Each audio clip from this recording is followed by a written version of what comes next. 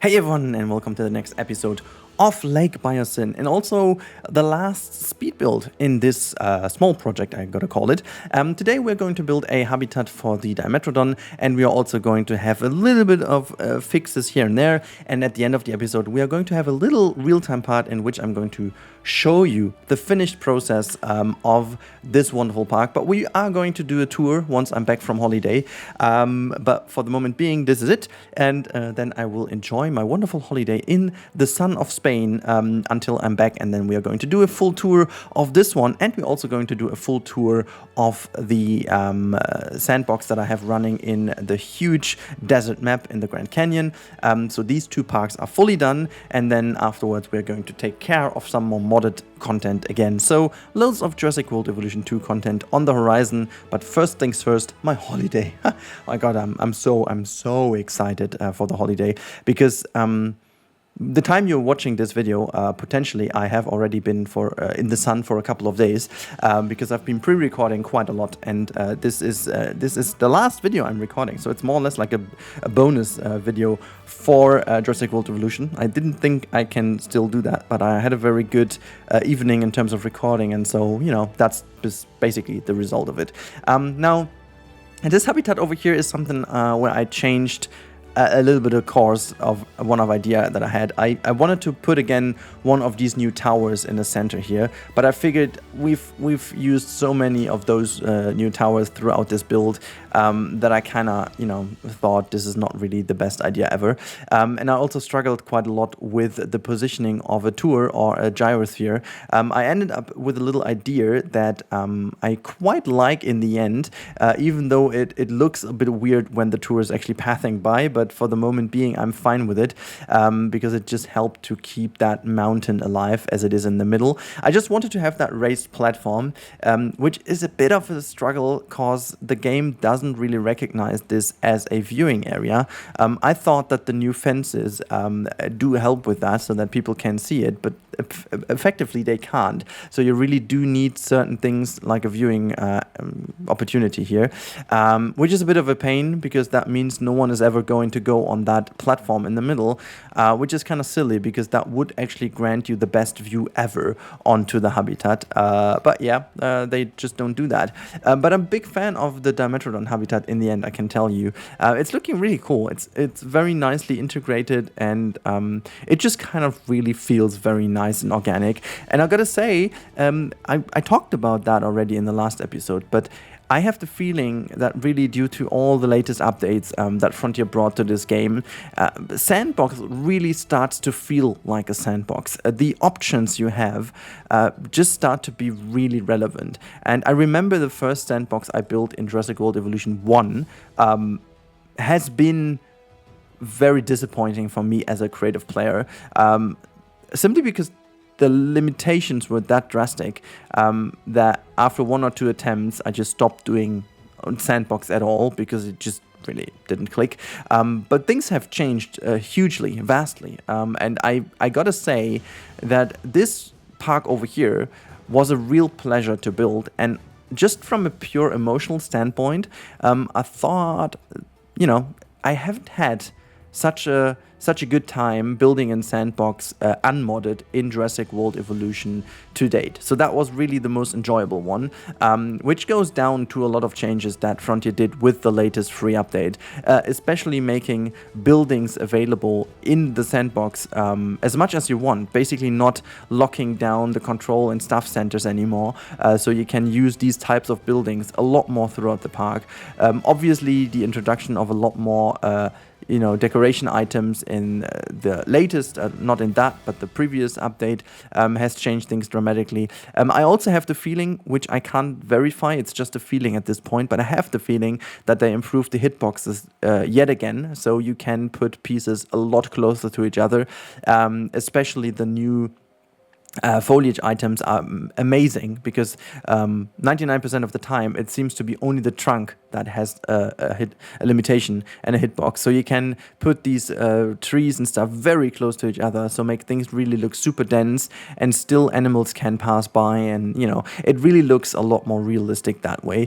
Even though I'm still I'm still looking forward to maybe one day getting rid of the hitbox at all, at least for maybe the newer consoles and PC, if that's a limitation in performance.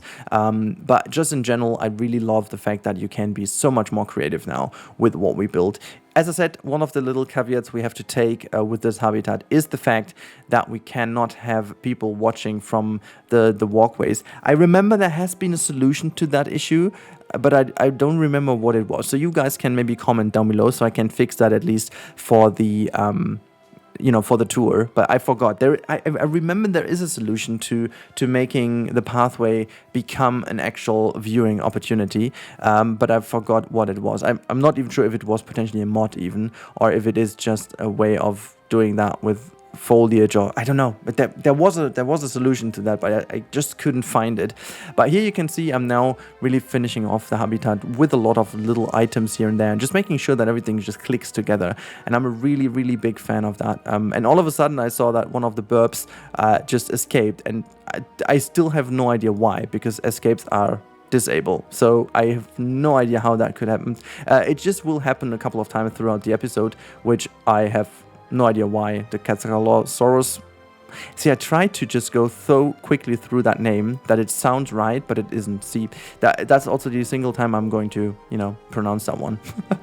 Also, thank you guys so much for always giving me the hints how to pronounce these animal names, because that helps tremendously. You guys have a very nice way of giving me instructions. Sometimes it works, sometimes the name doesn't get easier by that, which is not your fault, which is just my fault. I'm trying my best, but I'm trying to avoid this now as much as I can. It's such a shame that, whatever. But you get the idea. It's just a little bit of an issue, but whatever. So this is, as you can see, the habitat starting to look finished, and this is where I started to fill in some little gaps that we had here and there, just making sure that we also, have something nice looking for the wonderful dome over here, the aviary, and the pathway just really annoyed me. I found a solution which is kind of okay, but it still is a little bit wonky. So yeah, whatever. Like, I tried to do it as best as I could. It's now like more like a natural path, but the incline and the windingness, so to say, of this one is not really what I would have loved to have. But at the end of the day, there is not really much I can do about it unless I want to destroy the upper area, and I don't want to destroy the upper area, and that is why I don't do this. So yeah, here you can see just finishing off a couple of things. I forgot that, the Dimetrodon can only eat from the meat feeder, and that all the goats in there will be having a beautiful life because they will not be killed at all. I forgot about that, so maybe the goats just are part of the habitat now. They are part of the wildlife. So yeah, that's that. And as you can see, I'm just like filling in a couple of things here and there. And very importantly, I put a couple of hotels down. And the cool bit about this type of hotel from the wildlife organization is that it looks almost like part of the airport. So I really was happy to put these things down, because it now really looks like as if this is all part of the airport. And so that is a very good way of having more guests in the park, even though they don't see any dinosaurs from there. But I'm going to die that death, because it just helps. But you can see a lot of people just coming over from there, just putting a couple of trees here and there, just making that all look a lot more grown and nice looking, and just making sure everything just kind of ties together nicely. And that's mostly what I have done, just fixing a couple of things here and there, putting some restrooms in, because we had 2 little restrooms, and just searching for some areas where it fits. That's about it. I guess more to come in the real-time part. So I hope you guys enjoyed the speed build so far, and now I'll leave you alone with the last couple seconds, and I'll see you after the cut in the real-time part.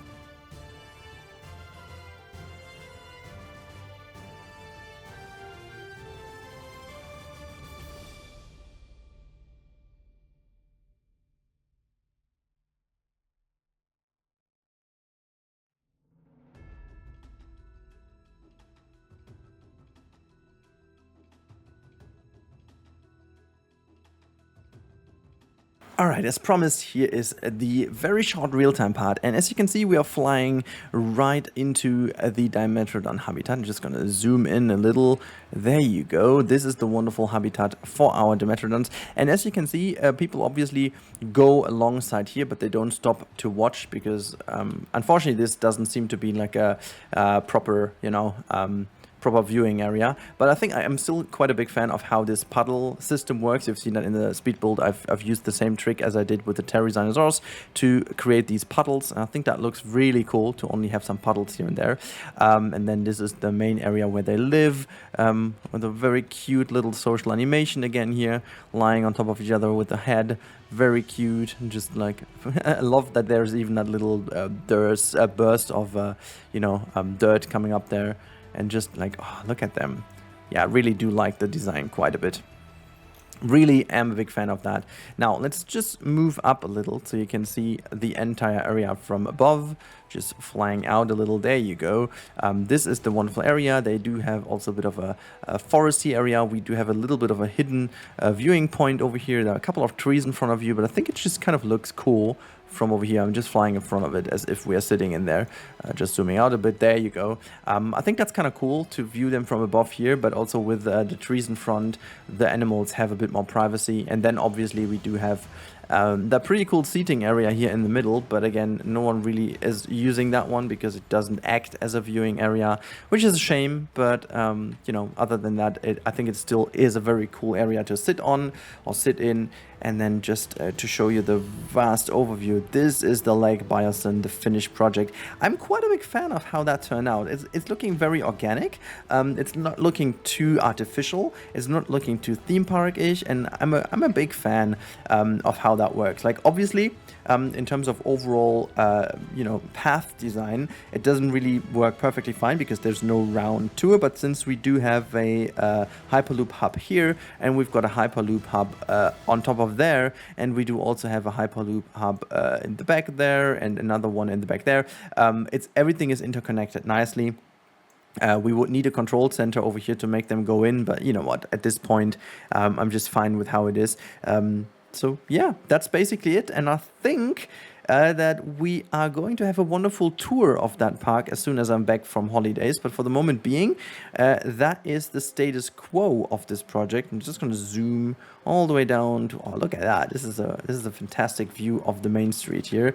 Quite a big fan how that worked together with the lamppost, and just in general, I think it looks fantastic. I hope you guys think so too. Please let me know in the comments down below what you think about this project. If there's anything you would have changed, or if there's anything you don't like, and if you don't like for what reason, or is there anything you like a lot and you want to just let me know that you like it a lot. So thank you so much as always for watching. Have a wonderful time without me, even though you won't really notice. But yeah, have a good one, and I talk to you in the next one. Stay safe.